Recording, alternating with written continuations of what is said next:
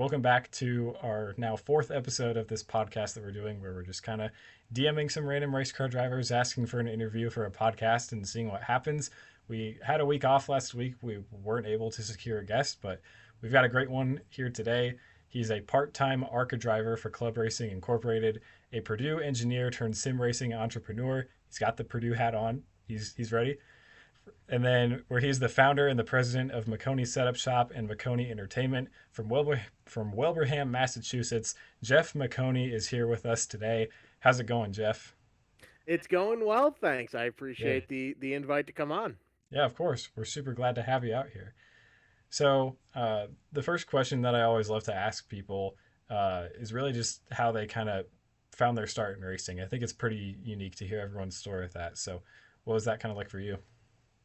Well, I've been a race fan for most of my life, and when I was probably about 19 or 20 or so, I ended up getting into iRacing just for fun, just watching broadcasts online and then starting to race myself. And then in 2020, early 2020, I was a college student at Purdue, like you mentioned, studying engineering, and we sort of just got sent home on spring break, and then with COVID and everything, they told us, hey, we're gonna transition to online classes. And with that, it took probably 2-3 months to really get everything integrated and working properly, which gave me a lot of time to really start Maconi Setup Shop. And it at first was just me building setups on iRacing for 3 or 4 different car classes each week and selling them. And then from there, brought other people on board to help build setups for other series, expanded the company. And it grew to a point where it was others building the setups and I was just managing the day to day stuff. I graduated from Purdue in 2021, went to work at Hankook Tire as a process design engineer for about a year. And after that, took Maconi Setup Shop full time. Spent probably about 3 or 4 years to building the company to where it was, and then pretty much one day in the summer of 2024, Brayton Laster, a good friend of mine, called me up and said, "Hey, we're building a late model, and we want you to come drive it, come try it out, see how it goes." And I'd never done any sort of real world racing, go karting, nothing like that. So when I got that invite, we went out to Winchester Speedway and we did some testing at Anderson first, and then went uh, ran at Winchester, and that was quite the place to make a racing debut. And made some connections there. One ARCA team invited me to go down and test with them at Daytona, so we put that whole deal together. And I got to the track, and they said for the first day, "Oh, we're just running a day behind. It's no big deal. We're going to be there for day two," which was the day I was scheduled to drive. I was only supposed to drive on day two. Sort of saw the writing on the wall there, and Alex Clubb of Club Racing Inc. knew what was going to happen. He correctly predicted what would end up happening, and so basically, the agreement with him was if I agreed to race with them instead of the other team, then they would love to have me on board. And we went up and tested at Grundy County Raceway, which is in Morris, Illinois, where the team's based out of. They went decently well. They felt comfortable, and NASCAR felt comfortable with me getting into a car at Nashville. We went out, had as rough a day as you could expect for your ARCA debut, but we ended up finishing 12th. Didn't wreck the car and just had a solid day there. Then a couple weeks later, and I was just gonna do, one race, say I did it, and then that was gonna be it. And it would just be like a small footnote that Jeff Maconi made a ARCA start. Then a couple weeks later, they said, "Hey, we need someone to start and park the car at Michigan." There was no way NASCAR would give me approval to actually run the full race, but they were comfortable with me going. And originally, the deal was we would do one lap of practice, one lap of qualifying, and one lap in the race. And we went out, ran my lap of practice, and they said, "Hey, we don't hate what we're seeing. Run a couple more." So I ran, I believe, 8 laps of practice, ran the 2 laps of qualifying that we were planning on doing, and we had the offer to run more than just the single lap in the race, but we elected to just do one lap start and park at Michigan. After that, the team gave me a similar call for Lime Rock and said we need someone in the car. And for that, we were just going to run 5 laps and call it a day. Then I ran, by like lap 8, I knew something was up. The team never called me in, and I confirmed with them. They said, just keep going, keep going. So then we ended up running, I believe, 27 to 30 laps of the race. So that was very surprising for me as the driver. I had no idea they were going to let me do more than the 5. Yeah. Um, from there, we ran Madison and had a mechanical failure there, which took us out early. Then we went to Kansas and Toledo. So had decent days there. And we were originally going to do the Daytona test and 4 or 5 other races throughout the year this year. And probably about 2 weeks before the start of the season, after we had done the Daytona test, Alex called me up and said, "Hey, we're interested in having you in for the full season." You know, they basically didn't want to have to change everything over each and every week, because that took away from a lot of the time they could use to prep the cars and find any bit of speed. And they also needed a consistent benchmark to measure against. So, since I ran a couple races last year, we had a decent idea of where I was as a driver pace wise versus what they thought the car could do. And now we're starting to figure out week to week, okay, this is where Jeff's falling short. This is where the car's falling short. This is where the team can improve. And it gives them a really good baseline to go into the future. Whether that's with me, with another driver, is all still up in the air, but it all works better when we're able to have a consistent baseline from week to week. So that's how I ended up here. Yeah. So when you were growing up, did you go to a lot of races a lot? And did you have like a favorite driver growing up? Yes, the first race I ever went to, that was a NASCAR event, was in 2009. It was the Sylvania, I believe, 301, New and Hampshire. Mark Martin won that race. It was his last career win. I was a huge Jeff Gordon fan growing up. I went to Mhm. probably 20 or 30 races. I went to the 2016 championship race, Mm. um, at Homestead. I saw that. And we went sort of all around. We went to Watkins Glen once. We went to New Hampshire once or twice a year, depending how many times a year they race there. Pocono many times. Just a lot of the local New England tracks. But we also went to an Indy 500. We went to I went to Charlotte by myself after I was in college. Just all around. So went to many races, but was a big Jeff Gordon fan until he retired, and then it was just sort of being a fan of watching the race as it went down without a Yeah. particular favorite driver. I also like that you brought up Brayton Laster earlier because he was our first guest that was on this series actually, and so I just thought that was a pretty cool touch that he kind of seemed like the reason that this kind of sparked all of this. So it's pretty sweet.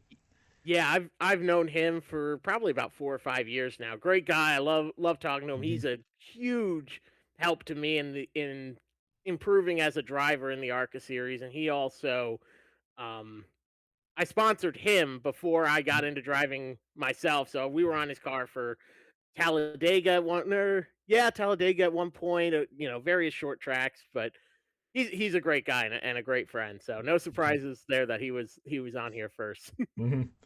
And also, you had mentioned this earlier. Tell us a little bit more about the Maconi setup shop and why you think people should look into that.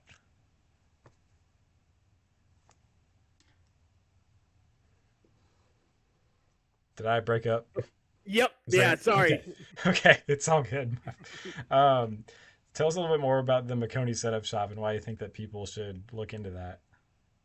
Right. Well, the Maconi Setup Shop, it was started in 2020, as I mentioned earlier. We are the oldest setup shop on the service, so I invented the term setup shop. VRS was around before us, but it's a different category. They're more focused on data analysis, telemetry, and things of that sort, while we are purely, purchasing the setups, improving as a driver, learning the mechanical ins and outs of the car. Um, so there have been many copycats after the fact, and I genuinely believe that we are the best at staying true to our goals. You are not going to get any drama, any stupid, theatrics along the way. We are at our core setup builders. We work hard to provide the best setups that we can for all of our customers, and I think the biggest misunderstanding there is out there is that you can just purchase a setup and then you will be fast. You do Mhm. still have to maybe adjust a little bit to your liking, which we're always happy to help with. You'll have to practice and figure out the right way to drive the car, because you can put two very good drivers in the exact same car with the exact same setup, and they will both perform wildly differently. One could pull 10 seconds on the other when everything is identical. It just all comes down to how you drive it. So I believe that our pricing is extremely fair with our subscription options, the first month free on some of our most popular subscriptions. We've been in this longer than anyone else, and the reason I put my name on it as Maconi Setup Shop is so that there is a degree of accountability, and my name, my reputation, and everything is on the line with everything we do each and every week. And so all of the builders know the expectations that I have for them, and I believe they all do a phenomenal job for 20 cars each and every week, providing competitive setups for them. They do a great job. They're always very responsive in Discord. They're always happy to help adjust or make changes as needed. And if we get hit with a curveball and need to completely overhaul in the middle of the week, then we completely overhaul in the middle of the week. And Yeah. there's a great group behind me that helps make it happen. Yeah. I play a lot of racing games myself, and I would say the biggest extent to which I go with for setups is just like looking on YouTube to see what some people have. And I, like you were saying, of the different paces, I think it is crazy because I mean, I'll pull a setup and someone from YouTube says, for example, they can run like a 28, like say a 29.7 lap time for something, and then I get in the car and I run like a 30.1, but then I just change like the wedge a little bit, and next thing I know, I'm matching that lap time. So it is pretty crazy how just those little things like that can affect everyone. Absolutely. And what I believe is one of our strengths is that we've had the same staff for so long, and they do such a great job. Um, I've had one guy building for me for 6 years, and he's just built the same car. He added another one this season, but he's been doing it for 6 straight years. So when you get a late model, and Bill is the one that built it, it's gonna be solid. It's gonna be the same thing. Mm-hmm. We've had so Taylor Hurst does our modifieds, and I like to race those on occasion. I am very picky in how I like the cars, and the way he builds them. I know when I get in, I'm gonna have to. I like to shorten the gear, so because I like to be very, very aggressive on the chip, and other people that doesn't work. They get too heavy on the throttle, and then they'll spin out if they run the same gear ratio that I like to. But from what comes with the setup, it works for them. They might be driving the entry different. So I like I like very little rear stagger, and I like to make the car do the work instead of heating up the right rear tire. So I know, there's 3 or 4 adjustments that I like to make, but I know with every one of Taylor's setups, that's what works for me, and that's what I like to do. So Yeah. same thing with the O'Reilly car. When we go to Homestead, other people are driving it way, way deeper on the entry. I like to back mine up a ton and be very aggressive on corner exit, but in doing so, it's going to burn off my right rear tire. So I know the adjustments that I have to make with track bar and with the travel to coil bind settings and all of that stuff for what works for me. Yeah. And if you have a place that's changing a builder every 2 weeks or every season or every 3 months, whatever, then the way one person builds it is going to be different from the next guy, which is different from the next guy, which is different from the next guy. So by having the same people week in and week out, we hope to create that consistency so that people know, like, okay, when I get in the modified, I like to do this compared to what the builder likes. And both are equally fast. There's no one objective correct answer, but knowing what I guess the users of the setups, knowing what they'll need to do each and every week, they'll have the Mhm. consistency based on our consistency with the builders. Yeah. And then with like you being so knowledgeable with setups and everything like that, do you think that helps club like in your real life ARCA stuff? Do you think how big of an influence does that have on club racing? I think it definitely helps that I'm able to understand and articulate what's going on with the car, but there is also massive differences between what we're feeling on iRacing and what we're feeling in the real car. Because Yep. on iRacing, everyone has the exact same car, you know, and the same set of adjustments and parameters that they can adjust. In ARCA, there's a lot more flexibility in what we can run suspension wise. So the for example, the ARCA car that's on iRacing is one of the scans is actually based off of Andy Jankowiak's car that he Mm. runs for short tracks. Okay. So he has the advantage because it's literally the exact Yeah. same car. Yep. Um, but when he goes to a road course, it's a different chassis, and a super speedway, it's a different chassis. Mhm. And like even for us, so we've got our short track car, we have an intermediate car, we have Alex has his own super speedway car, he's got a general purpose speedway car that he runs for whatever else. And being able to understand and articulate the adjustments that I need helps me as a driver and helps the team. So we're not dealing with just any noise. So for example, last week at Nashville when we were running, we had a whole myriad of issues. We blew a motor in practice and then we threw everything onto our backup car. And when we entered that, they said, "Hey, we're just using qualifying to feel out the car, see what the heck we need to change on it because the numbers for one car and you take that exact same setup and put it on a different car, it will handle completely differently just because it's two different chassis." So we matched the setup and we immediately knew the car was all over the place. So I told them, "Hey, we're really tight on entry. It's a bit loose on exit and I have no stability on the straightaway." So for other drivers, they would just say like, "Hey, tight in, loose off, no stability on the straights." I was able to go to them and say, "Hey, I know we're running this for cross weight. I'd say we need to increase cross. We can make this adjustment to the shocks to help with the stability on the straightaway, make a track bar adjustment to fix the tight entry, and all of those things in combination were able to help. And it also helps spot any potential issues. So when we were on lap, 35, 40 of the race, when there was a caution that came out, I was just all over the place. I had no grip. The car was it. I was just fighting it constantly. So if I didn't arc the corners at all and get a really good run through the center, we were just dead in the water. And so because of that, I would have to overdrive the exit. And with the shocks adjustments we had made, we were better, but not great on the straightaways. And with all of that in mind, we knew, okay, we need to check the rear tires and make sure that those are taken care of because I knew as the driver, I'm chewing off these rear tires and we were going to be in serious trouble if we didn't. We could be in serious trouble if they were starting to wear out faster than I thought they were. Yeah. And then also at Nashville on Saturday, unfortunately, you were involved in that big crash where you Hmm. ended up going airborne Hmm. in that East race at Nashville. So what happened there, and how big of a setback has that been for the team? Yeah, we had a really rough day at Nashville, and what's unique about that race is it's an ARCA East only race, so we call it a standalone. Mhm. Because there's no main series points, there's no main series TV coverage. So usually the main series competitors, which I'm one of, don't attempt those standalone races because there's just nothing to gain. It is high risk, low reward. The payouts aren't as high, the broadcast numbers aren't as high.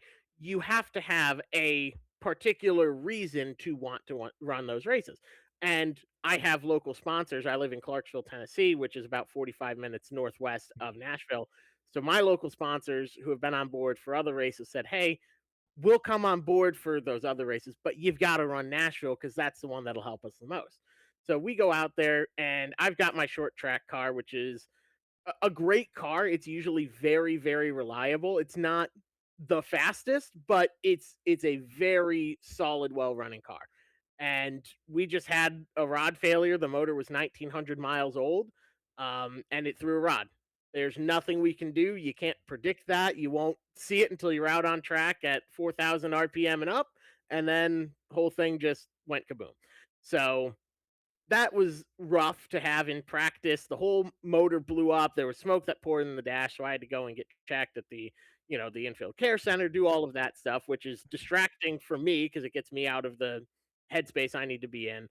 And we had a second car there, but that was just going to be a start and park because it was set up already for Watkins Glen. We were just going to start and park it Hmm. to get some laps and make sure everything was good with that car. Then we had to transfer everything over to that backup car, and that the original car I was in, the '86, was going to be my Watkins Glen car. I was going to take that car, run it at Nashville, convert it to Watkins Glen, and go run that. And they had a 3-day turnaround in order to do it. So we were already pushing it with what we were running. And so we got everything changed over to the '03, and we were running solidly. So we were going to start at the end no matter what. So like I said, we just used qualifying to feel out the car, see how it was going to be, make adjustments as needed. Because we changed cars, we were going to get an end of line penalty. So we started from 21st because there were 22 cars. The '03, the '86 withdrew. And then we changed over to the '03. So I start 21st. I immediately click off, pick up 5 spots, and we're running 16th. And this is in a car that is very uncomfortable, hard to drive because we weren't set up for it. We were running road course shocks, which was why it was so stiff on the straightaways and just bouncing like crazy at a very bumpy track like Nashville. So really the one thing the team told me was we can't afford to wreck this car. Run it at 85 to 95% all day and we'll just come out of this with a good finish. Um what when we pitted for adjustments on that first stop because we were on an island. We knew where we were speed wise, and we knew we would be able to click off what ended up being all the way up to 10th. So I had top 10 pace at the end of the day if I had been able to continue. But when we pitted twice, we had to make all those adjustments, and I restarted at the rear. When that restart happened, I couldn't see the 12 3 lanes or 3 rows up. And so I saw him as soon as he was already fully sideways. I slammed on the brakes, locked it up, and because if you watch the replay in slow motion, you'll see smoke coming out from the back of my car where I locked up the tires. And then as he was being spun down the track, I saw a gap up above him between the 12 and the 38. I let off the brakes. I shot up to that gap to try and make it. And as I did that, the 99 was dodging it low. The 12 rolled down into him, and the Hmm. 99 hit him back up into me. So I've looked at it 6 ways from Sunday. I mean, I had a big run going into the corner. I'm trying to pick up the 5 spots I've lost because it's a very short track. And you'll get lapped and stuck in lap traffic very quickly. So hindsight being 2020, I could have been less aggressive on the restart, but we're there to race. So I've got to go and pick up those spots. And I probably would have been okay or just pushed a fender in if the 12 hadn't been shot back up the track, which no fault to the 99 or the 12. It's a wreck. We're, at 130 miles an hour. The whole thing was done and over with in less than 4 seconds. So from the 12 starting to get turned to me landing back on all 4 tires after getting airborne is about 4 seconds. At that point, you could run that simulation 100 times and probably 99 and a half of those times the '03 ends up getting wrecked no matter Hmm. who's behind the wheel. So Yeah. one of Um, those things, but like you said, it was a big setback for the team because we've now gone to a non-main series race.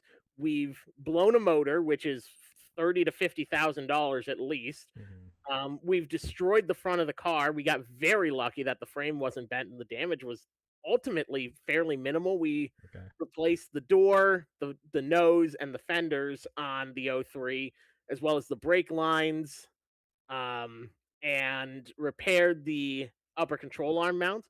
But I mean, we easily could have been reclipping the car. If I had gotten spun around and hit in the rear, we would have been, we easily could have demolished the car. So Yeah. the team worked tirelessly. I mean, there were people in the shop nonstop from when they got home Sunday morning to when they packed up and left, which was about 3 o'clock today, Central Time. So it's one of those things that, like, it really sucks that it happened, and the timing could not have been any worse, and especially for a not pointless race, but a non a non-points race for the main series, which is our main concern for driver and owners points, we left the track at Nashville thinking we were going to start and park Watkins Glen if we could even get a car together for it, and just go from there. And with the amazing work the team did, and I mean amazing, nonstop Herculean effort of the team, we're going to take both cars and we're going to run both as hard as we can. So it's going to be a very long day on Friday. It's going to be very tough. Physically, it's a very physically demanding track, and all more so mentally for me because I'm coming off of this of I just had a huge wreck where I was airborne. You're going to be sore. It's my first wreck in a NASCAR series race. Oh wow. I feel terrible for what happened, and the Mhm. team. I've talked to Alex extensively, and he said there's nothing we could have done to avoid it except just not not have shown up to the track. So they're not mad at me. They're not disappointed with me as a driver. They're just upset with the circumstances as I am. But I owe them, they've been working incredibly hard. So I'm incredibly grateful to them.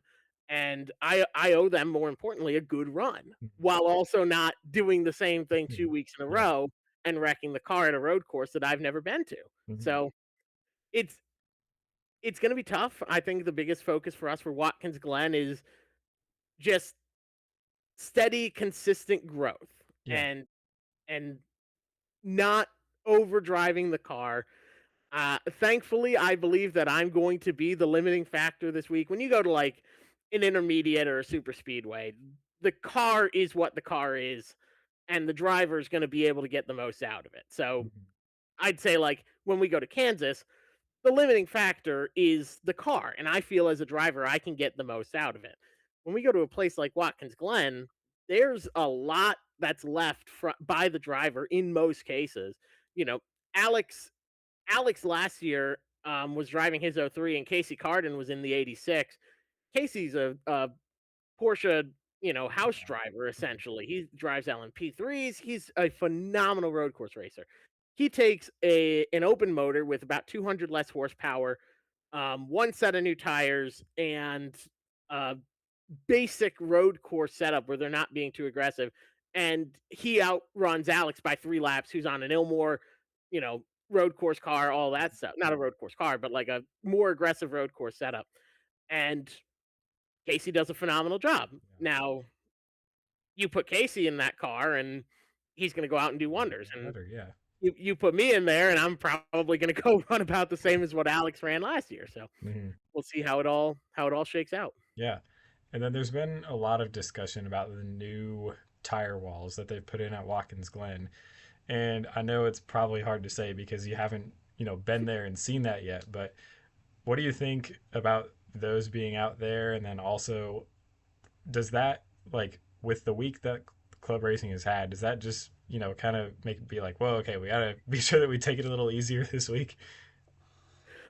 I think for us, it's not really going to make any Okay. any Yeah. difference. We are not able to beat up as much equipment as some of the other teams are because they Mhm. can afford to do that. They Yeah. can afford to take their road course car and beat the heck out of it, and their shocks and suspensions and all that. We have to be very careful. So, like, our track limits are where the curbs are. We Yeah. can't jump any curbs as it is because that's just too hard on the suspensions. If we break something, that is, we take our Watkins Glen parts and we're going to run those at Toledo and we're going to run them at Michigan and, Yeah. and so on and so forth. So, frankly, I like them. I think it's a good idea to have them. The track limits have been very laissez-faire over the past couple years. They've really been able to do the drivers have been able to do as they please. And at a place like Watkins Glen, which is a lot higher speed than most people realize, Mhm. I mean, when we're at the end of the straightaway before the bus stop, we're doing about 170 miles an hour. Yeah. So we're at super speedway speeds, and we're going through a bus stop at 50. So it's a good idea to have those more restrained track limits, and it also, in my opinion, limits the potential size of a catastrophic wreck Mhm. where if you get way out wide on turn one and you get spun there and you're crossing the track at those higher speeds that you're able to carry with the wider exit, everyone piling in there is a lot more dangerous, and you can still escape around the tire barrier. So, like, if I'm going into turn one and I see a big wreck ahead, I am going to brake. I'm going to get far left and I'm going to ride the outside of the tire barriers because I now know that area is safe. That's like We a will get safe zone. single Yeah. file. Mhm. Right.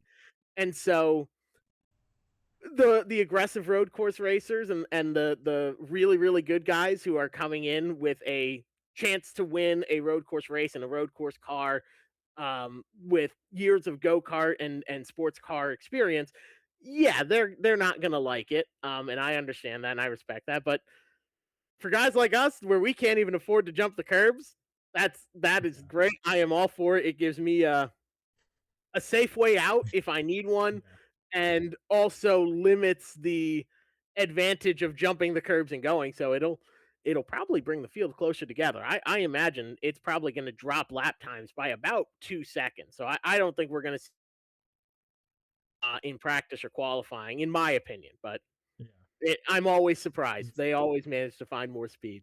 I guess just do what you can to be around those guys who might push the issue a little bit more, I Hmm. guess, or just be careful around them. Right. But a little bit more of a brighter side, a couple of weeks ago at Talladega, ended up getting a top 20 finish, which was, very good for that team. So, what was that experience like for you? And finishes like that, what do they do for you going forward? Well, we actually are coming off of two straight top 20s. So we finished 17th at Hmm. Kansas in a 30 car field, which we were very happy Okay. with. Yeah. We had top 15 speed, but the way I look at it, if we had made one different call earlier in the race where we had stayed out and picked up a lap on a wave around, we could have been all the way up to 15th. If we had been running 30 yards ahead when Gio Ruggiero and Destiny Spurlock came together, we would have finished 25th. So I try not to look too deeply at, I'm not like upset. Oh, we should have been 2 spots better. I'm more so glad we weren't We eight weren't even spots worse. worse. Yeah. And so we were carrying that. We took that same car to Talladega, and we were just in survival mode really for super speedways. We knew we weren't going to have crazy great outright speed. We had to make a lot of adjustments to the cars as we always do with super speedways. Um Alex's car is a dedicated super speedway car. We know that one is going to be fast because it's built and its entire purpose is to be fast at super speedways. My car's an intermediate. I run that car at Michigan, Kansas, Chicagoland, basically anywhere over a mile Yeah. is we break that car out. So it's going to be good, but not great. So our plan there was just hop in line with whoever we could. It ended up being I ran with the 03, the 06, and the 17 for most of the day, which was a ton of fun. I did not think the 17 was going to hang out with us, but he did a great job. And just his goal was to hang out with us all day as well, which was nice. I did get to do some bump drafting and have some fun, but like I said, any wreck can really derail a small budget team like this because it's expensive, it's time consuming to fix, and if we junk equipment to the point of beyond repair or significant long term damage in that the chassis is never going to be as good as it was, that is a massive, massive blow. So, could we have been more aggressive, picked up a couple more spots? Sure. Would it be worth it? No. I mean, we got really lucky by staying out of trouble and coming home with a top 20 finish. I said if I got a top 30 at Talladega, I was going to be happy. And I'm gonna put that, at the end of my days on my gravestone. It's going to say top 20 at At Talladega. Talladega, Yep. NASCAR ARCA Menard Yep. series, whatever date, 2026. Yep.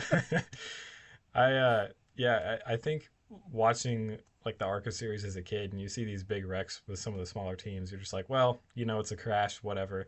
But then you get older and you realize like how low budget some of these teams are and how big of a setback that can really be. Like I remember looking at the crash with Eric Caudell and I was like, that team might be ruined like after what Hmm. happened. And that's a huge setback. So um pretty crazy. Yeah, and what's with that wreck in particular, there's really nothing he did wrong. It Yeah, was one no. guy zigged, one guy zagged, and that chassis was destroyed. I came, I was on the backstretch when that wreck happened, and my spotter warned me that he was wrecked in turn 3, and I come in and I'm running the top, because he said he was on the bottom, and I look down and everything from the rear windshield back is gone. Yeah. And I got on the radio and I said, "Oh my god, the car's destroyed." I said, "Someone tell me that he's okay. Oh Like, I man. can't see the window net or anything." But that's always the as a driver now, as a fan, you see the wrecks and you're like, "Oh, it's pretty cool," and I'll admit, as a fan, the Yeah. wrecks are cool to watch, and a lot of people do watch for the wrecks. But as a driver now, it's a whole heck of a lot scarier. I've got a wife that I constantly, Mhm. drive to the point of terror. My mother drive to the point of terror because they see this and they're like, you know, all those big wrecks. Thankfully, we haven't had anyone killed or very seriously injured in a while, but there's always Still that that chance. possibility. Yeah. And you get into the car every week with the understanding of this could be the last time you get to do it.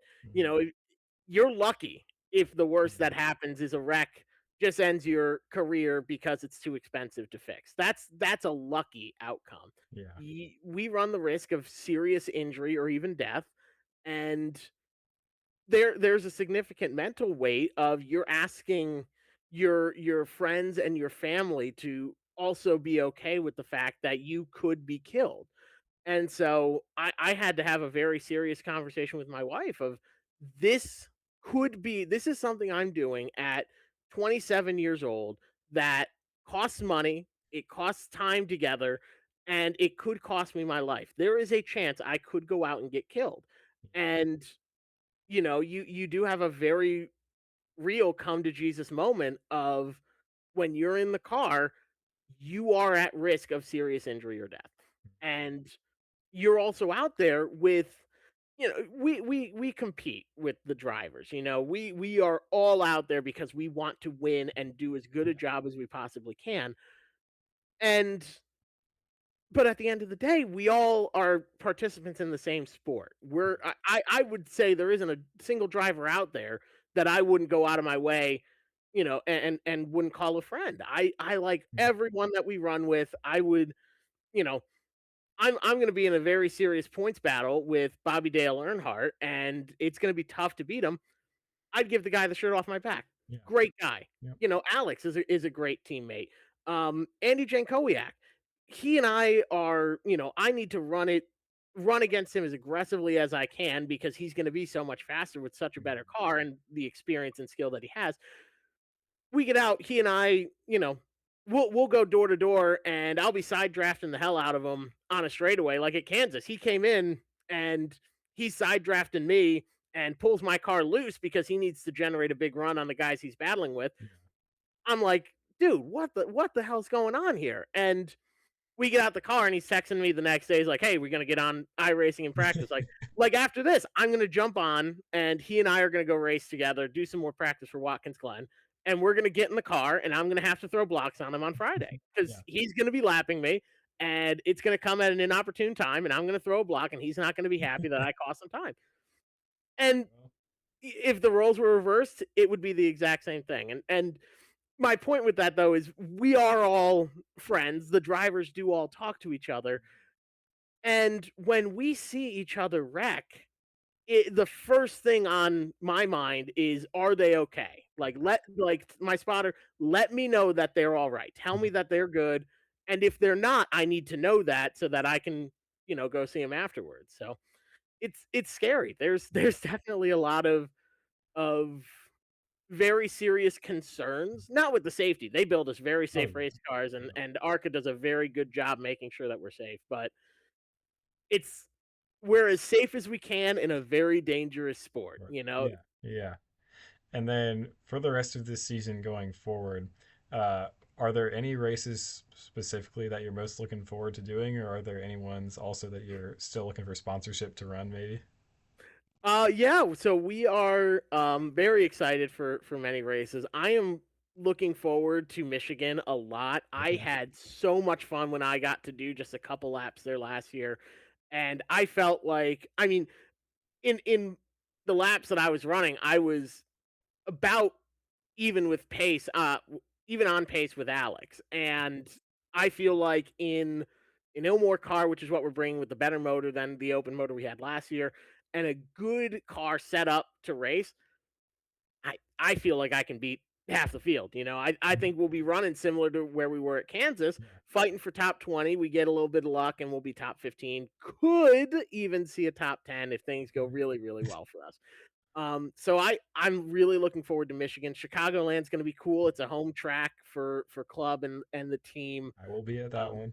okay, well Yep. I'll see you there. Yep. I like Iowa a lot. I've always Okay. wanted to run there. That's We tried to put it together last year yeah. and it didn't end up coming through. But That's my home track, so yep. I'll be there too. So that'll be.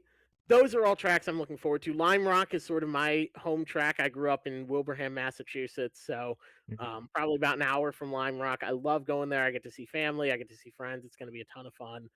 Um, I'm always looking for sponsorship. It's a big help. So if anyone is local or knows anyone local to any of those tracks, then we've always got space on the '03 and the '86. We're certainly a budget team, and every dollar makes a difference. And we've got options starting at $100, or for most races, you can probably get the hood and quarter panels for 5 to 8 thousand. So it's a good deal to get your name on national television, in my opinion. But there's also those tracks that, give you a lot of frustration. I did not have any fun last year at Madison. It is just such a tough little track. Yeah. Um, Places like Elko, Berlin, I struggle at the short tracks, it seems. So and they're so chaotic. It's such tight racing. Toledo was fun. I enjoyed it. You can work a lot of different lanes there, and we had a solid day. So there's no races that I'm not looking forward to, like, "Oh, I'd hate to go there again," nothing like that, but Yeah. there are certainly some that I am more excited Than for than others. others. Yeah, I gotcha. And then one last question I had, since you are basically a full-time ARCA driver now this year, uh, NASCAR 25. Last year, pretty much every driver who was full-time in ARCA, East, West, National, was featured in that game. So as we look ahead for NASCAR 26, are do we know if you're going to be in that game at all? I don't know what I'm allowed to say or Okay. not say Okay. regarding it. Okay. And you can take that answer as you will, in that I can say with certainty that there are restrictions on what I'm allowed to say. And I Okay. feel like I that's an got you. answer in and of itself without Yeah. answering Okay, it. I got you.